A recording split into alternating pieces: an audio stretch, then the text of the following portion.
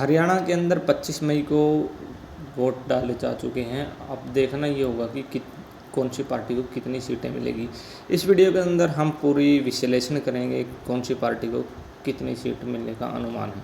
तो वीडियो के लास्ट तक बने रहना है। यदि हमारे द्वारा कुछ अनुमान गलत लगाया जाता है तो आप कमेंट बॉक्स में ज़रूर बताइए, क्योंकि कमेंट के माध्यम से ही हम आपको सीट के बारे में जानकारी देने में समर्थ होते हैं।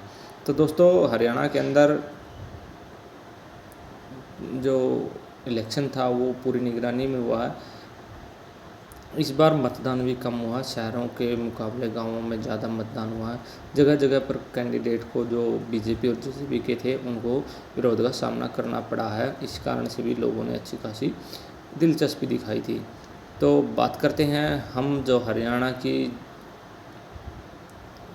बीजेपी के कैंडिडेट थे, उन्होंने पूरा तामझाम लगा दिया था यहाँ पे सीटों को। ये अरविंद शर्मा जी रोहतक लोकसभा से। अब सीधे बात करते हैं हरियाणा के अंदर फाइट जो सीटें हुई हैं, सीधी 8 सीटों पे मुकाबला है।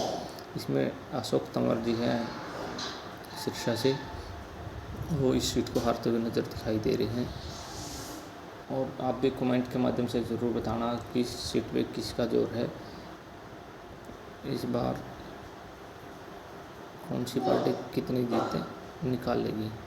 हरियाणा के अंदर जो हिसार सीट थी, ये भी पूरी की पूरी जो जेजेपी और इनेलो के कार्यकर्ता ये इस सीट का समीकरण बदलते हुए नजर आएंगे।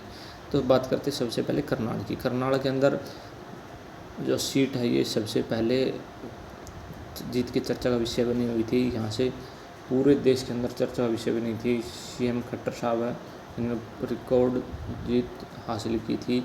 अब की बार ये पंजाबी समाज से आते हैं, लेकिन इसी के सीट इनके विरुद्ध दिव्यांशु बुद्धू राजा है जो पंजाबी, ये भी पंजाबी है, इनके गेम कार्ड खेला है कांग्रेस ने। अब देखना ये होगा कि इस सीट पर जीत का मार्जिन कितना होगा। कई कयास तो ये भी लगाए जा रहे हैं कि इस बार जो करनाल से हैं पूर्व सीएम खट्टर साहब आ रहे हैं।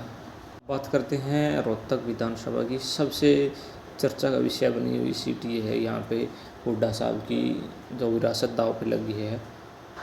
क्योंकि पिछली बार लोकसभा चुनाव में 7,500 के लगभग यहाँ से बीजेपी के डॉक्टर अरविंद शर्मा जी जीते थे। अब बात करते हैं अरविंद शर्मा जी, ये फाइल फोटो है इनका। यदि इस बार कांटे की टक्कर लगी हुई है सीट के अंदर, विरासत दाव पे लगी है दोनों की। यदि यहाँ से बीजेपी जीत जाती है तो इनको बहुत नुकसान होगा, क्योंकि कांग्रेस पार्टी है जो इन्हीं के कारण टिकी हुई है। अब बात करते हैं सीट पे मार्जिन कितना हो, कमेंट में ज़रूर बताना। कयास तो ये लगाए जा रहे हैं। अब हिसार सीट की बात करते हैं। यहाँ से देवीलाल की जो 2 बहू हैं और एक लड़के हैं, यहाँ से फाइल फोटो है। यहाँ भी इन्हें बार बार विरोध का सामना करना पड़ रहा था। कांग्रेस के जयप्रकाश जी यहाँ पे मैदान में हैं। यदि हिसार से इनेलो और जेजेपी को अच्छे खासे बहुत वोट मिलते हैं तो सीधा कांग्रेस को नुकसान होगा इसका, क्योंकि ये सिर्फ कांग्रेस के ही वोट काट सकते हैं। अब बात करते कुरुक्षेत्र की। कुरुक्षेत्र के अंदर पहले ये बोला जाता था कि यहाँ से सुशील गुप्ता जो आम आदमी पार्टी के वो सीट निकालेंगे, लेकिन यहाँ पे फिलहाल दबदबा बीजेपी का ही दिखाई दे रहा है।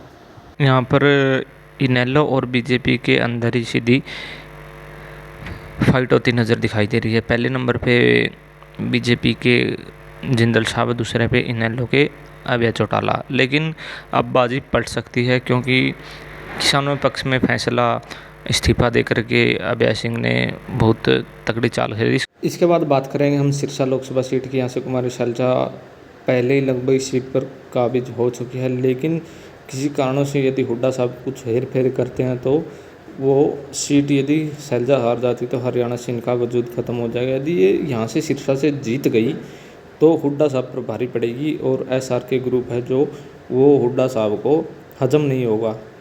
तो आपके हिसाब से कौन कितनी सीटें निकाल रहा है, कमेंट बॉक्स में ज़रूर बताना। किसकी हरियाणा के अंदर सरकार विधानसभा के अंदर बनेगी आगे, जो इस इलेक्शन में ज़्यादा सीटें निकालेगा उसी के हिसाब से आगे विधानसभा को जो इलेक्शन है वो यहाँ से पास होता दिखाई दे रहा है।